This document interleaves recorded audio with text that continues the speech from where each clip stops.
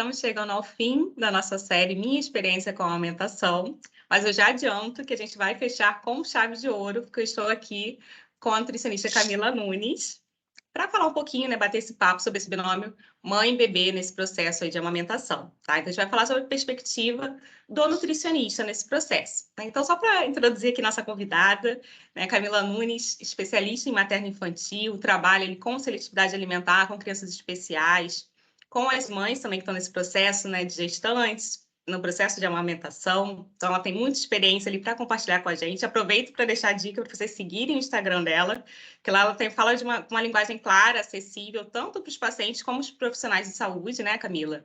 Você Sim. também tem uma parte de mentoria, né, para nutricionistas. Pode falar um pouquinho sobre isso, brevemente? Como que funciona essa mentoria? Claro, geralmente a mentoria, porque assim, quando eu comecei a me aventurar nessa questão de seletividade alimentar, era tudo mato.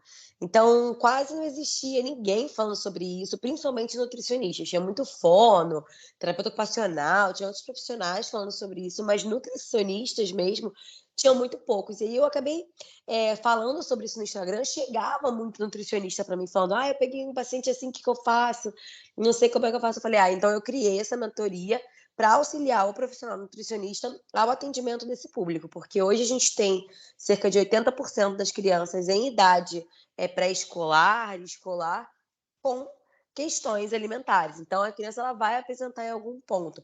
Então, o nutricionista que atende a parte de pediatria, ele é um profissional que ele tem que ter o mínimo de domínio sobre seletividade alimentar. Ele pode, assim, não ser um especialista, não tratar, mas ele tem que saber o que não fazer e quando encaminhar para o profissional que possa trabalhar dessa forma. Então, a mentoria é justamente para isso.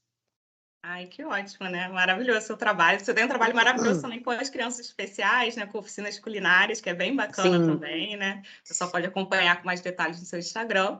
E vamos começar Uhum. nosso bate-papo, né? Então, primeiro, eu queria saber dos benefícios da amamentação para a saúde do bebê. Você pode falar um pouco para a gente sobre isso? Então, assim, né, a gente costuma sempre dizer isso desde a época que eu estava na faculdade, que o leite materno ele é o melhor alimento do mundo, né? E ele de fato é. E o principal diferencial que a gente vê no leite materno é que ele é um alimento vivo. Eu acho que, para mim, porque assim, que tem milhões de benefícios para o bebê, assim, benefícios técnicos, digamos assim, quantidade ideal de proteína, quantidade ideal de água, quantidade ideal. Assim, nutricionalmente falando, ele é um alimento completo, mas para mim, o que tem de maior diferencial no leite materno é o fato dele ser um alimento vivo. Então, quando eu digo que ele é um alimento vivo, eu digo que ele é totalmente adaptável às necessidades daquele bebê. Então, vira e mexe a gente vê artigos e até mesmo relato de mães em redes sociais, mães que fazem ordenha, como elas veem a modificação da cor do leite quando, por exemplo, o neném fica doente. E aí aquele leite fica muito mais amarelado, que é o quê? Aquele leite está com muito mais anticorpos, né? Então, é uma questão assim de se o bebê está precisando, às vezes, de ganhar um peso, o leite, a gente consegue deixar aquela criança mais tempo naquele peito, mais tempo. A gente consegue fazer estratégias para ele aproveitar o leite posterior, por exemplo, o leite com mais gordura. Ele é um leite altamente digerível, né? E além dele ser também essa questão dessa mobilidade de fornecer anticorpos e nutrientes para as crianças, ele também tem um efeito protetor de seletividade alimentar. Porque o que a mãe come, é claro que, né, não é uma alteração de sabor, mas pode trazer pequenas modificações de paladar nesse leite materno também, né? Então, algumas pessoas até falam assim, porque se eu comer muito alho, meu bebê pode recusar o leite. Eu, sinceramente, nunca vi nenhum bebê recusar leite materno porque a mãe comeu um alimento ou outro. Mas, de fato, ele muda o sabor desse leite também. É óbvio, né, gente? Pequenas modificações que são ali perceptíveis para o bebê. Então, tem uma conexão ali muito grande entre a mãe e o bebê. O bebê, a amamentação, ela é um mini exercício para o bebê. Então, ele trabalha toda a articulação oral dele, que isso vai ajudar ele a falar no futuro. Isso vai ajudar ele a se alimentar melhor no futuro. Enquanto, quando a gente está falando, né, comparado às fórmulas infantis, por melhor que seja a fórmula infantil, ela não consegue atingir esses benefícios para a saúde do bebê que a gente consegue encontrar. É claro, existem ótimas fórmulas, mas nada se compara ao leite materno. Então, ele é, para mim, o maior benefício pro bebê é a questão dele ser totalmente personalizável a cada momento, a cada salto do bebê, a cada momento de crescimento do bebê.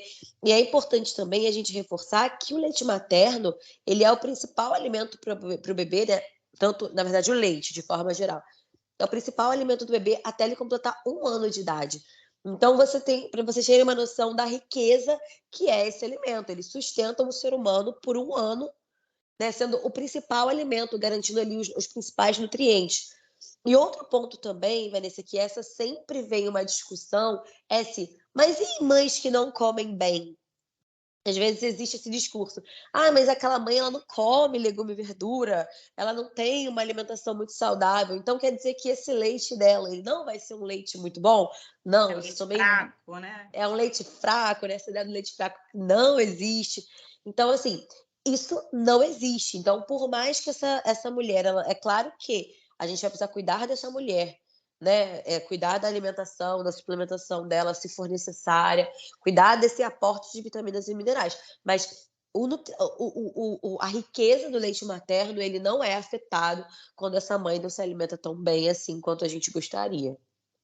Ah, ótimo, né? E aproveitando esse gancho que você falou, né, da importância de a gente olhar para a alimentação dessa mãe, é importante saber que também a amamentação tem benefícios para essa mãe, né, nesse processo. Você pode falar um pouquinho Exatamente. brevemente desses benefícios? Olha, a gente tem benefícios, inúmeros, né, tem estudos que relatam proteção, por exemplo, contra câncer de mama no futuro. A gente tem também uma melhor recuperação de peso pós-parto, né, porque o leite materno, ele aumenta o aporte calórico que essa mulher necessita, então ajuda na contração uterina, ajuda essa mulher a voltar para o peso, porque, né, nossa primeira preocupação é que essa mulher retorne ao peso pré-gestacional, para que ela consiga se desenvolver. O relacionamento com esse bebê, né, a conexão com esse bebê, além de todos os benefícios para a saúde da mulher também, né. Tem muita gente que fala assim, inclusive é muito curioso que tem alguns estudos que eles demonstram que as mulheres que amamentam dormem mais do que as mulheres que às vezes não amamentam. E às vezes é o contrário, que às vezes a pessoa fala: "Nossa, dá uma mamadeira para você conseguir dormir melhor", e não necessariamente isso é uma realidade das mães que amamentam, né. Então, a longo prazo, a gente vê uma série também de benefícios para essa mãe, para esta mulher. É claro que a gente também precisa cuidar dela, né, fornecer ali para ela os nutrientes necessários para ela conseguir levar essa amamentação, para ela também se manter hidratada, por exemplo, mas a gente tem uma série de benefícios para os 2. Então, assim, quando a gente pega, malefícios, são muito pequenos, são casos muito específicos que a gente não faz a recomendação do aleitamento materno. Mas tanto para a mãe além, né, então a gente precisa também visualizar o Brasil como um todo, tá. Então quando a gente vê pessoas em vulnerabilidade social, a gente precisa entender que o leite materno é barato, ele é fácil, ele não precisa esquentar, ninguém precisa levantar da cama, né, para ir esquentar, fazer mamadeira, higienizar. Então a gente tem hoje uma parcela da população brasileira que não tem acesso à água potável. Para a gente produzir uma fórmula infantil, a gente precisa de água potável, né. Então a questão do aleitamento materno também é uma questão de saúde pública. Tanto para esta Sim. mulher, né, porque uma lata, gente, de fórmula infantil, quem é mãe ou quem conhece a mãe sabe que é aí R$ 50 uma lata que não dura o mês inteiro, então não é R$ 50 por mês, às vezes é R$ 50 por semana, e isso também não é a realidade de toda a família, né. Então assim, estimular o aleitamento materno, ele é uma obrigação de todo profissional de saúde, é algo realmente de saúde pública. Então, a gente também precisa entender que além dos benefícios, bioquímicos, né, que a gente sempre, enquanto nutricionista, olha, a gente também não pode esquecer do benefício social e socioeconômico também do aleitamento materno. Nossa, perfeito, Camila, perfeita a sua fala, né. Então vai muito além, né, de só de se preocupar com calorias, nutrientes que está fornecendo para o bebê, né, é Sim. muito mais complexo, né. Uhum. Você citou brevemente que tem uma parcela pequena de mães que não conseguem se Sim. amamentar, seja por uma questão clínica, né, uma questão de doença que impeça. Você tem Uhum. costume de receber isso no consultório, né, que como que o profissional pode lidar com essas mães? Muitas vezes essas mães tinham um sonho de amamentar, esse sonho é interrompido, né, Sim. por inúmeros motivos. E nesse caso aí, né, como que a gente pode lidar com isso, sendo nutricionista?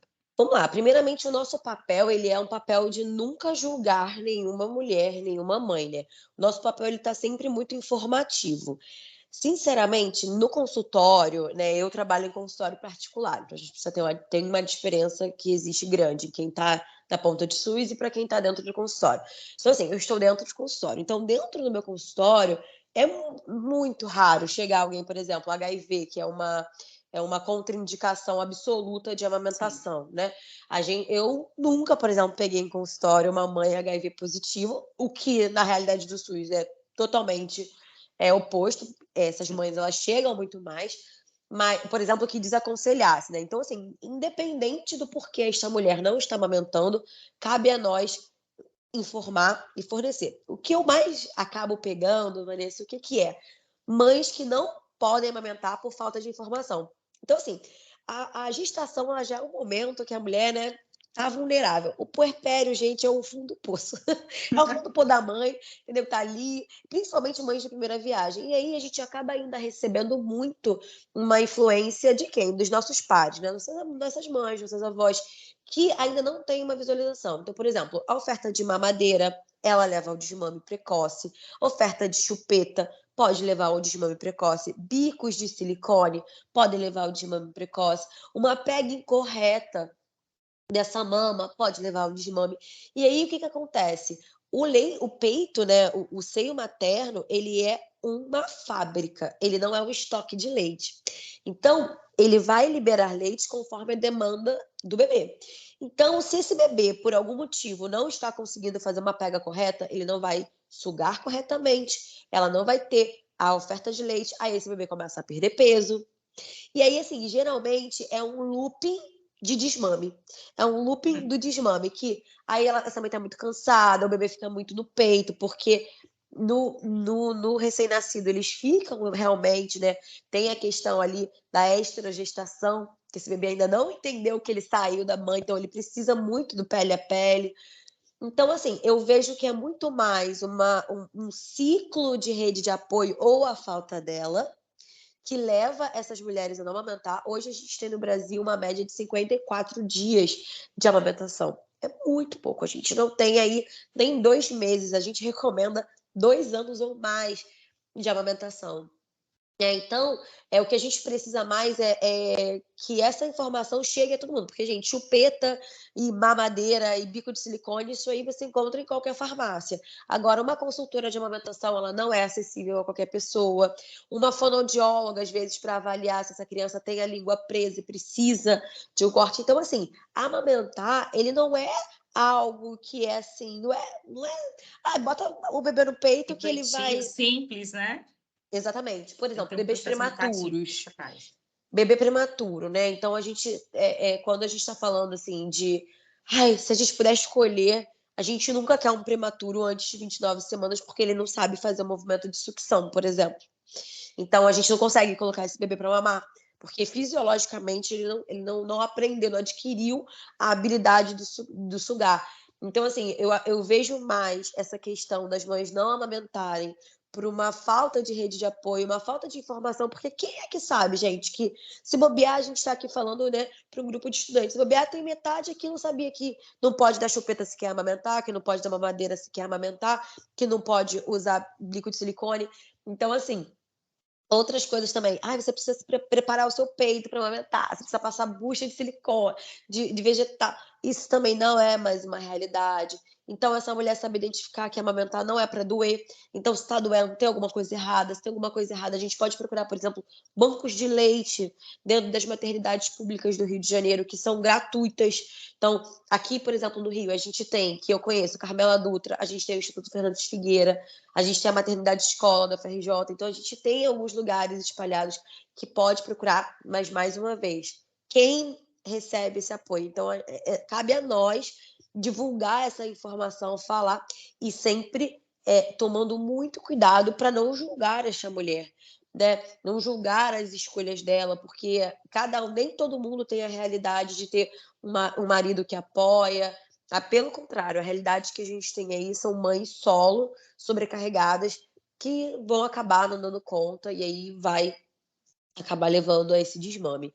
Uma vez que o desmame foi feito, nosso papel enquanto profissional de saúde é ofertar a melhor fórmula, né, infantil para essa criança, entendendo que essa fórmula ela não chega, né, a ser tão boa quanto, mas é Uhum. isso, né, entre essa criança ela não ser alimentada e ela ser alimentada com a fórmula, a gente precisa entender. E para escolher uma boa fórmula, a gente também precisa avaliar todo o contexto dessa família, se essa criança é uma criança alérgica, se ela não é, para necessitar de uma fórmula especial ou não. Então, tudo isso precisa ser também visto e levado em consideração quando a gente vai fazer esse tipo de escolhas. É verdade. E foi ótima a sua fala, porque foi ao encontro do que a gente ouviu nos relatos das mães durante essa série, né? Que a gente pensa que é tudo mar de rosas, né? Tem essa romantização da amamentação, mas tem um lado Sim, difícil, tem um lado de insegurança, de dúvidas. Você acabou de falar do papel aí do nutricionista, que não é sim. só pensar no planejamento ali dietético, vai muito além, né? Entender todos os pormenores ali que envolvem essa alimentação, né? Então, nutricionista, você podia falar um pouquinho para o estudante ou profissional que quer seguir para essa área de materno-infantil, quais as habilidades que ele precisaria ter, que ele precisa desenvolver para lidar com esse público, né, e contribuir para a saúde de modo geral? Primeiro, eu acho que você tem que gostar. Não é um passeio no parque essa área, porque você está lidando com dois públicos muito sensíveis, que são as mães e são os filhos dessas mães. Então, eu costumo dizer que eu brinco que com pediatria a gente não trabalha com o paciente, a gente trabalha com o cuidador desse paciente, né? Então, é difícil você tratar alguém pelo outro, né? E muitas vezes esse outro não sabe se expressar, ele não sabe dizer o que ele sente, ele não sabe dizer. Então, assim, quando a gente começa a atender pediatria, sinceramente, o nutricionista ele vai passar a trabalhar muito mais com outras questões que envolvem essa alimentação do que contar caloria. Muito mais, porque principalmente, por exemplo, bebê a gente não conta caloria, o bebê vai comer o quanto ele quiser. A criança também. Né, então, é claro, né, se estiver passando por algum sobrepeso, obesidade, a gente vai ajustar, mas de uma forma geral a gente não conta caloria para bebê, para criança, né. E aí a gente precisa entender sobre educação infantil. Então, por exemplo, eu tive que fazer, capacitações em disciplina positiva, porque como é que você orienta essa família? Porque essa família, ela vai vir com uma demanda assim, ó: "Camila, ele não quer comer legume e verdura, mas ele também não quer sentar na mesa, ele também chora quando eu boto o prato, ele também taca as coisas na minha cara, ele faz ânsia de vômito, ele dorme, ele não quer levar". Então, assim, a gente acaba vendo que a gente vai exercer um papel também ali de mediador, a gente vai exercer um papel de ensinar esta família como fazer educação nutricional. Então era muito engraçado, quando eu estava na faculdade, né, já que a gente está falando de para estudante, tinha algumas matérias que eu não entendia muito bem, né, ou eu achava que, assim, na época que eu estava na faculdade, eu falava: "Eu vou trabalhar em consultório, eu não vou fazer isso". Nossa, e hoje a base do meu trabalho é educação nutricional. Nossa, a base do meu trabalho. Muito mais do que dietoterapia, né. Então eu acho que você tem que ter uma sensibilidade, você tem que ter uma noção de acolhimento desse público, né, porque é isso, a gente vai pegar responsáveis de todos os estilos, né, parentais. Então a gente pega pais extremamente preocupados, pais extremamente autoritários, às vezes pais negligentes que chegaram ali para você, mas eles não estão muito afim da mudança. Entender até onde vai o seu trabalho e até onde vai o trabalho do pai, porque principalmente no início e se tratando de criança, você quer: "Não, eu vou pegar para mim", né, você tá quase falando: "Ah, eu vou levar para minha casa, deixa lá um pouquinho". E a gente precisa entender que a gente se preocupa, mas nós não somos os pais dessas crianças, então a gente tem que aprender a respeitar a decisão dos pais, que nem sempre a decisão deles vai vir de acordo com a gente, e estudar. Porque, por exemplo, essas questões de amamentação não foram questões que eu aprendi ainda na faculdade, né, porque a gente precisa entender sobre bioquímica, de onde vem o leite materno, qual a composição desse leite, como a gente substitui. Mas, assim, o manejo para isso, como fazer uma boa pega, como evitar o desmame dessa mulher, como ajudar essa família a prolongar essa amamentação, isso tudo é correndo atrás e estudando o seu público, né. E, assim, às vezes a gente fala assim: "Público materno infantil". Gente, o público materno infantil, ele é um público gigante. Ele é um guarda-chuvinha que ele tem as tentantes, as gestantes, as puérperas, os recém-nascidos, as crianças alérgicas, as crianças com Down, as crianças autistas, as crianças com doenças raras, então as crianças diabéticas, as crianças renais, as crianças internadas, entende? Então, assim, é um guarda-chuva enorme, né? As crianças seletivas, as crianças escolares, pré-escolar, adolescente, né? Adolescentes gestantes, adolescentes que estão virando mães. Então, assim, é um grupo muito grande e que cada grupo tem a sua particularidade. Então, a partir do momento que você decide trabalhar, por exemplo, quando eu comecei a trabalhar com criança, eu nem sabia que existia direito de seletividade alimentar. Para mim, era aquela questão assim: ele vai passar pela neofobia nos 2 anos, e aí você continua oferecendo a comida, aquilo ali vai resolver e a criança vai seguir a vida. Não, gente, seletividade alimentar é um poço de coisas que pode levar essa criança, né? A mesma coisa quando eu vou trabalhar só com bebês em fase de introdução alimentar. Mas dentro aí vão ter os bebês que não vão ganhar peso, os bebês que começaram a introdução alimentar com 4 meses, que mamou, que não mamou, que só quer. Então, assim, é você entender que o seu trabalho vai muito além de prescrição dietética e que você vai precisar estudar sobre isso, você vai precisar estudar sobre neurodesenvolvimento infantil, sobre criação de crianças, sobre. Tô falando no meu caso, né? Mas se você vai trabalhar com gestante e você não é mãe ainda, você precisa estudar sobre puerpério, gestação, como que são os sentimentos, porque, né, o comer ele não é apenas, ninguém come só para se alimentar, a gente come por afeto, a gente come por Isso. tristeza, por felicidade, por confraternização, então tudo isso tem que ser levado em consideração. Então, quer trabalhar com o público materno-infantil, tem que estudar além da nutrição dietoterápica. Exatamente isso que eu falo com os alunos nas conversas, que a gente cisma em colocar a nutrição em caixinhas, mas tem um porquê da gente ter um currículo ali tão diverso, né? Com várias disciplinas que parecem não fazer sentido para a gente de início, mas vão fazer diferença lá na frente, né? Para um profissional mais humanizado, lidando Sim, com esses pacientes, né? sim. E E falando. Fala, pode E falar. assim, eu faço também trabalho voluntário, né? Você falou isso, eu me lembrei, né, que eu faço um trabalho voluntário. E aí, nas disciplinas sociais, isso era muito falado, né, sobre atender a realidade do paciente. E aí, eu tenho um paciente que ele é seletivo, autista, e ele só aceita hambúrguer, tipo, congelado, né? E aí, eu estava trabalhando com essa família a migração desse hambúrguer congelado para um hamburguinho de carne moída. Uhum. É meu primeiro teste. E aí, tipo, na última consulta a mãe falou: eu não consigo porque eu não tô conseguindo comprar carne. Não dá mais pra mim comprar carne. Então, assim, e eu vou fazer o quê? Sabe, eu vou falar pra essa mãe que, não, tira aí esse hamburguinho. E aí é isso. E aí Exatamente. a gente Ser precisa de mãos aprender. atadas, às vezes, né? Pela A gente, realidade social que se depara. exatamente, a gente precisa trabalhar com aquilo que a gente tem dentro da realidade do nosso paciente, não a realidade que a gente quer atender, né? Então, acho que é isso, é Exatamente. aproveitar, façam da faculdade um grande laboratório que ele é, aprendam o máximo que puder, porque lá na frente, se vai trabalhar com o público, vai em algum momento dar de cara com questões que você vai ter que ter esse embasamento. Com certeza, né? A faculdade só dá a base, né? Isso continua estudando ali para o resto da vida, né? Exatamente. A área da saúde já era, gente, Já vai era, estudar tem que para aceitar. sempre. E com relação, assim, a essa mãe, é muito comum nessa fase também, né, ter aquelas dicas, aqueles conselhos sobre alimentação, que pode, o que não pode, o que é bom para ajudar na produção de leite, né? Então, isso com certeza deve chegar no seu consultório, né, algumas falas nesse sentido.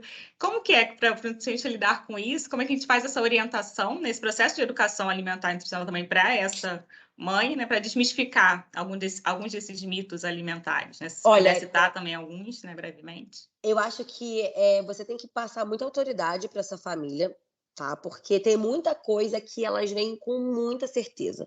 Alguns a gente já consegue tirar de cara, por exemplo, cerveja preta é bom para dar leite, canjica Canjica. é bom para dar leite, né, então a gente tem esse, mas eu acho que o grande terror da mãe é o que dá cólica.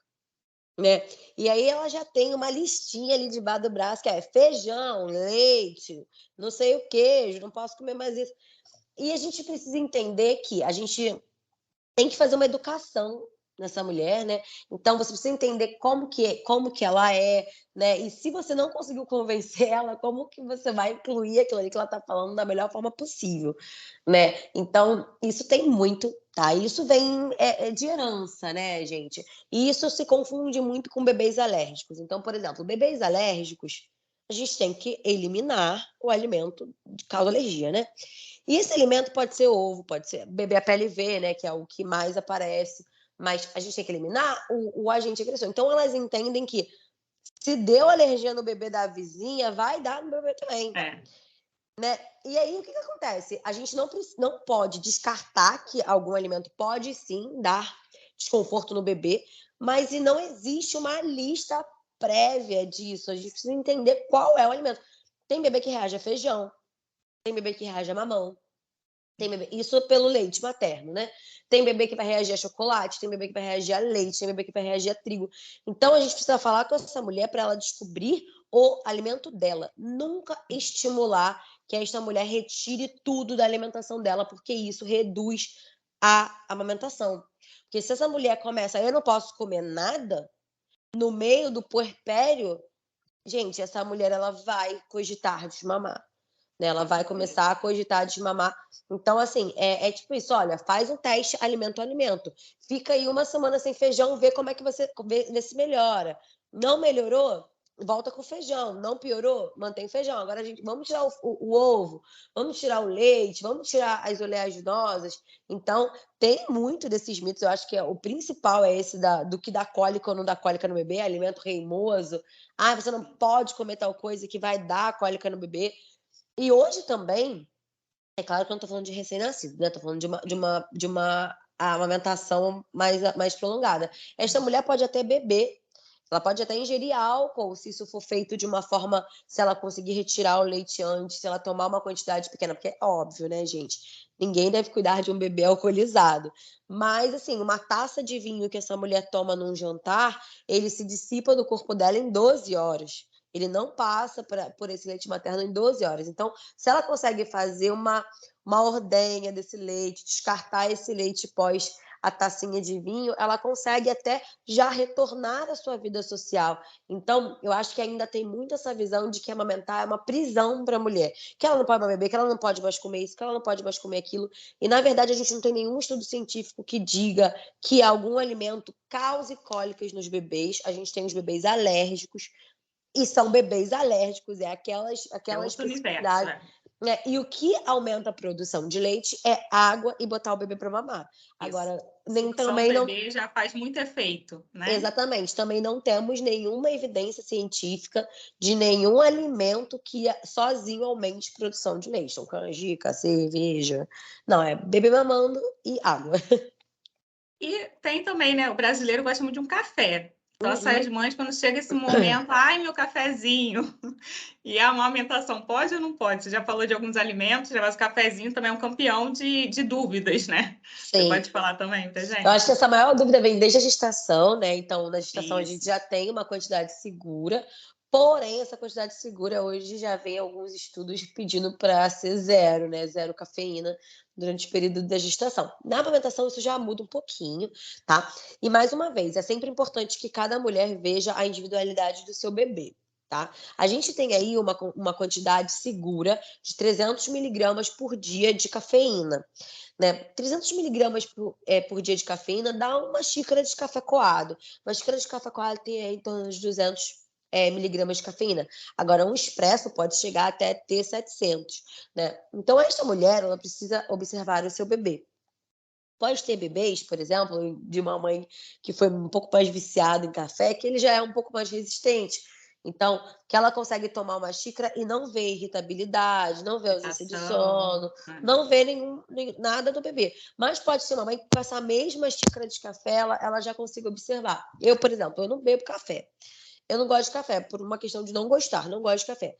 Então, assim, se eu amanhã ou depois vou ter um neném e aí eu vou tomar café, pode ser que o meu bebê sinta muito, porque meu corpo vai absorver muito mais, vai processar diferente de alguém que já toma café há mais tempo.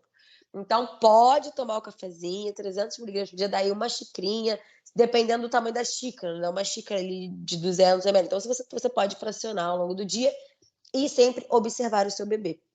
O mesmo se dá, por exemplo, o álcool. Observe o seu bebê. Você viu que ele está mais sonolento, aí suspende, aumenta de 12 para 16, para 24 horas. Ai, ótimo, Camila. Nossa, a vontade é de ficar conversando com você até, né? Que é um assunto amplo, né? Que não se esgota. Ah, E eu é sou muito suspeita gostoso de se também. falar também, né? Então, adorei a sua participação. Obrigada mais uma vez pelo convite. Fica aqui nosso incentivo, né? Levantar a bandeira aí do Do aleitamento aleitamento materno, mais materno. uma vez, né?